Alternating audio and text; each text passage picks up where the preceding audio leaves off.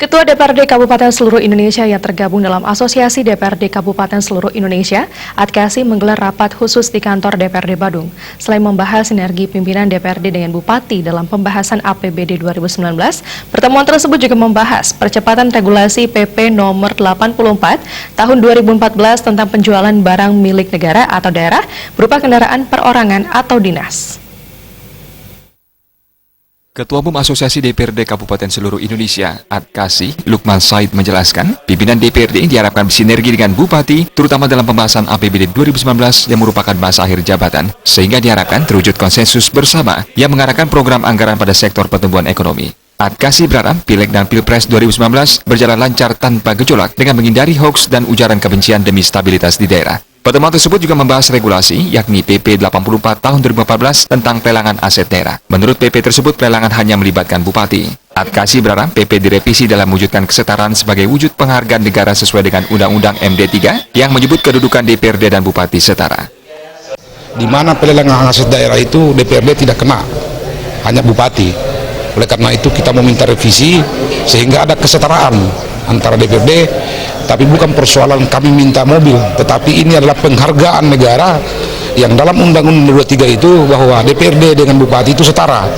Nah, masih banyak regulasi-regulasi yang sangat memandulkan DPRD. Kami juga bersepakat bahwa DPRD kami akan besarkan, kami akan buat menjadi berwibawa. Tentu kuncinya ada beberapa regulasi yang kita mau revisi.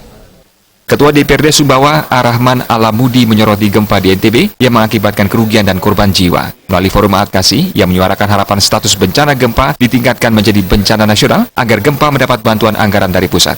Kemampuan APBD provinsi dan kabupaten masih kurang karena dipotong DAU dan pengeluaran lain. Ditetapkannya gempa Lombok menjadi bencana nasional juga merupakan wujud solidaritas terhadap pengungsi bencana gempa. Supaya ada rasa solidaritas terhadap pengungsi-pengungsi yang sekarang sedang bertebaran di mana-mana, baik di Kabupaten Sumbawa maupun di Lombok, Pulau Lombok dan Pulau Sumbawa, saya kira harus mendapat perhatian. Sementara Ketua DPRD Badung Putu Parwata selaku tuan rumah menyampaikan rapat khusus pimpinan DPRD Kabupaten seluruh Indonesia merupakan rembuk nasional yang difasilitasi Asosiasi DPRD Kabupaten seluruh Indonesia (ADKASI). Ketua DPRD Badung Putu Parwata mengungkapkan, secara substansi rapat khusus pimpinan DPRD Kabupaten seluruh Indonesia membahas bagaimana DPRD mampu memperjuangkan hak-hak rakyat. Terkait PP nomor 18 mengenai hak dan kewajiban anggota dan pimpinan dewan, termasuk fasilitas rumah dinas dan kendaraan, penyelarasan peraturan akan dilakukan. Menurut peraturan, anggota DPRD adalah pejabat daerah, namun setelah dirunut, anggota dewan belum menikmati hak seperti pejabat daerah lain misalnya pensiun. Terkait revisi PP nomor 84, Putu Parwata berpendapat beberapa peraturan pemerintah masih tumpang tindih seperti dalam lelang barang, sehingga secara teknis hal ini diluruskan melalui masukan dari para pimpinan dewan. Berapa APP Permendagri ini kan saling tumpang tindih. Jadi kalau Permendagrinya mengatur itu barang lelang boleh setelah 7 tahun atau aturannya kembali kalau ada kejadian tak terduga sisa kendaraan 30% baru bisa dilelang.